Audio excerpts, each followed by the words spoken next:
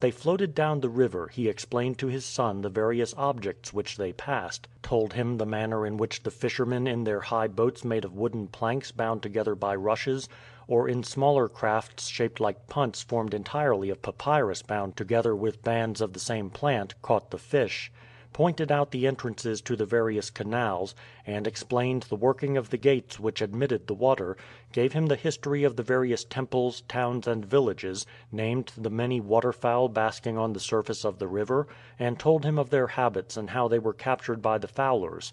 He pointed out the great tombs to him, and told him by whom they were built.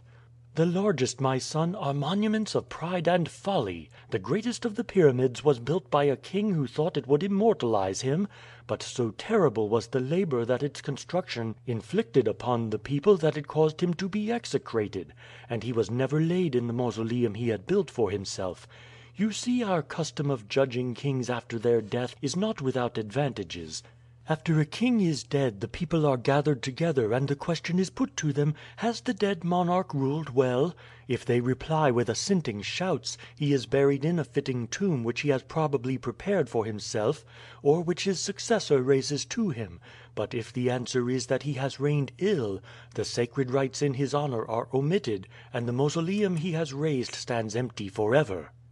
There are few indeed of our kings who have thus merited the execration of their people, for as a rule the careful manner in which they are brought up, surrounded by youths chosen for their piety and learning, and the fact that they, like the meanest of their subjects, are bound to respect the laws of the land, act as sufficient check upon them; but there is no doubt that the knowledge that after death they must be judged by the people, exercises a wholesome restraint even upon the most reckless." "I long to see the pyramids," Chebron said. "Are they built of brick or stone? For I have been told that their surface is so smooth and shiny that they look as if cut from a single piece." "They are built of vast blocks of stone, each of which employed the labor of many hundreds of men to transport from the quarries where they were cut." "Were they the work of slaves or of the people at large?" "Vast numbers of slaves captured in war labored at them," the priest replied; "but numerous as these were they were wholly insufficient for the work, and well nigh half the people of Egypt were forced to leave their homes to labor at them. So great was the burden and distress that even now the builders of these pyramids are never spoken of save with curses, and rightly so, for what might not have been done with the same labor usefully employed? Why, the number of the canals in the country might have been doubled, and the fertility of the soil vastly increased. Vast tracts might have been reclaimed from the marshes and shallow lakes, and the produce of the land might have been doubled." "And what splendid temples might have been raised!" Chebron said enthusiastically. "Doubtless, my son," the priest said quietly after a slight pause. "But though it is meet and right that the temples of the gods shall be worthy of them, still, as we hold that the gods love Egypt and rejoice in the prosperity of the people, I think that they might have preferred so vast an improvement as the works I speak of would have effected in the condition of the people, even to the raising of long avenues of sphinxes and gorgeous temples in their own honor." "Yes, one would think so," Chebron said thoughtfully. "And yet, father, we are always taught that our highest duty is to pay honor to the gods, and that in no way can money be so well spent as in raising fresh temples and adding to the beauty of those that exist." "Our highest duty is assuredly to pay honor to the gods, Chebron; but how that honor can be paid most acceptably is another and deeper question which you are a great deal too young to enter upon. It will be time enough for you to do that years hence. There, do you see that temple standing on the right bank of the river? That is where we stop for the night. My messenger will have prepared them for our coming, and all will be in readiness for us." As they approached the temple they saw a number of people gathered on the great stone steps reaching down to the water's edge, and strains of music were heard.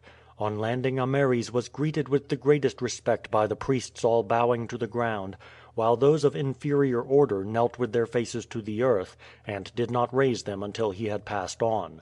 As soon as he entered the temple a procession was formed.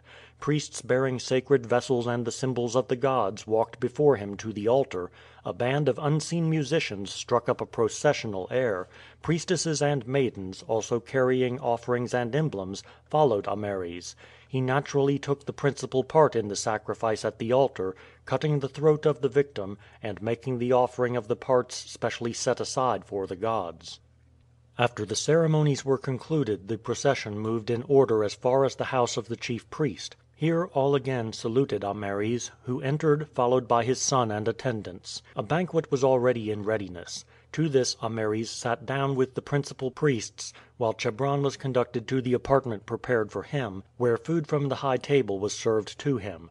Amuba and the rest of the suite of the high priest were served in another apartment. As soon as Chebron had finished he joined Amuba. "Let us slip away," he said. "The feasting will go on for hours, and then there will be music far on into the night.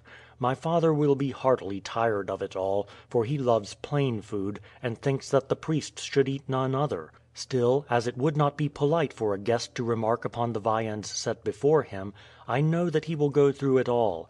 I have heard him say that it is one of the greatest trials of his position that whenever he travels people seem to think that a feast must be prepared for him, whereas I know he would rather sit down to a dish of boiled lentils and water than have the richest dishes set before him." "Is it going to be like this all the journey?" Amuba asked. "Oh, no. I know that all the way down the river we shall rest at a temple, for did my father not do so the priests would regard it as a slight. But then we leave the boat and journey in chariots or bullock carts. When we reach Goshen we shall live in a little house which my father has had constructed for him, and where we shall have no more fuss and ceremony than we do at our own farm. Then he will be occupied with the affairs of the estates and in the works of irrigation. And although we shall be with him when he journeys about, as I am to begin to learn the duties of a superintendent, I expect we shall have plenty of time for amusement and sport." They strolled for an hour or two on the bank of the river, for the moon was shining brightly and many boats were passing up and down. The latter drifted with the stream, for the wind was so light that the sails were scarce filled. The former kept close to the bank and were either propelled by long poles or towed by parties of men on the bank. When they returned to the house they listened for a time to the music, and then retired to their rooms. Amuba lay down upon the soft couch made of a layer of bulrushes, covered with a thick woolen cloth, and rested his head on a pillow of bulrushes which Jethro had bound up for him, for neither of the Rebu had learned to adopt the Egyptian fashion of using a stool for a pillow. These stools were long and somewhat curved in the middle to fit the neck. For the common people they were roughly made of wood, smoothed where the head came, but the head stools of the wealthy were constructed of ebony, cedar, and other scarce woods, beautifully inlaid with ivory. Amuba had made several trials of these head stools, but had not once succeeded in going to sleep with one under his head, half an hour sufficing to cause such an aching of his neck that he was glad to take to the pillow of rushes to which he was accustomed. Indeed, to sleep upon the stool pillows it was necessary to lie upon the side with an arm so placed as to raise the head to the exact level of the stool, and as Amuba had been accustomed to throw himself down and sleep on his back, or any other position in which he first lay, for he was generally thoroughly tired either in hunting or by exercise of arms, he found the cramped and fixed position necessary for sleeping with a hard stool absolutely intolerable. For a week the journey down the river continued, and then they arrived at Memphis, where they remained for some days. Ameres passed the time in ceremonial visits and in taking part in the sacrifices in the temple. Chebron and Amuba visited all the temples and public buildings, and one day went out to inspect the great pyramids, attended by Jethro. "This surpasses anything I have seen," Jethro said as they stood at the foot of the great pyramid of Cheops. "What a wonderful structure, but what a frightful waste of human labor!" "It is marvelous indeed," Amuba said. "What wealth and power a monarch must have had to raise such a colossal pile. I thought you said, Chebron, that your kings were bound by laws as well as other people. If so, how could this king have exacted such terrible toil and labor from his subjects as this must have cost?" "Kings should be bound by the laws," Chebron replied, "but there are some so powerful and haughty that they tyrannize over the people. Cheops was one of them. My father has been telling me that he ground down the people to build this wonderful tomb for himself. But he had his reward, for at his funeral he had to be judged by the public voice, and the public condemned him as a bad and tyrannous king. Therefore he was not allowed to be buried in the great tomb that he had built for himself. I know not where his remains rest, but this huge pyramid stands as an eternal monument of the failure of human ambition, the greatest and costliest tomb in the world, but without an occupant, save that Theliane, one of his queens, was buried here in a chamber near that destined for the king.